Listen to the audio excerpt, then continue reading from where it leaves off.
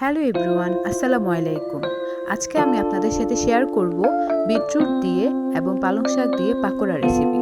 এখানে ফার্স্টে আমি আলু কুচি করে নিয়েছি এবং পালং শাক দিয়ে দিচ্ছি, সাথে কিছু কাঁচামরিচ নিচ্ছি আর পেঁয়াজ দিচ্ছি।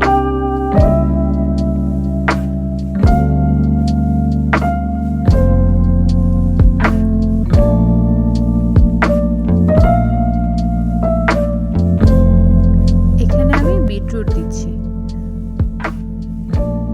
ভালো করে বিটরুটগুলোকে স্লাইস করে তারপর এখানে দিয়ে দিচ্ছি। তারপর এগুলোকে মাখবো। মাখার পর আমি এখানে ময়দা দিচ্ছি, পরিমাণ মতো ময়দা দিচ্ছি যতটুকু লাগবে।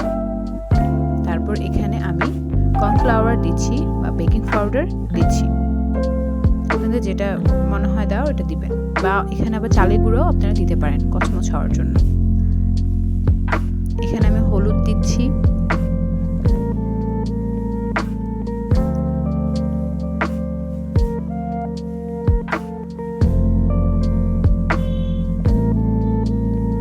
জিরা গুঁড়া, লবণ পরিমাণ মতো দিয়ে দিয়েছি।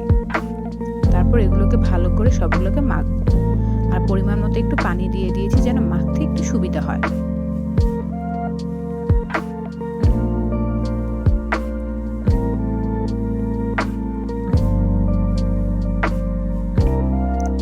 আমার ভালো করে মাখা এই পর্যায়ে কমপ্লিট।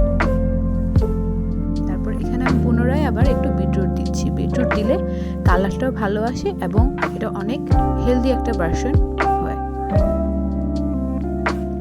আবার এখানে সবকিছু মিক্স করে ফেলতেছি।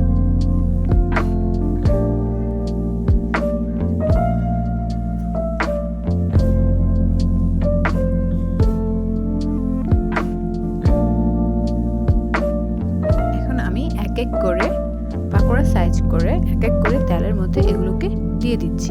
এখানে আমি আবার ডুবো তেলে দিইনি, পরিমাণ মতো তেলে দিয়েছি। সবগুলো দিয়ে দিয়েছি, যতটুকু পসিবল এখানে দিয়ে দিলাম।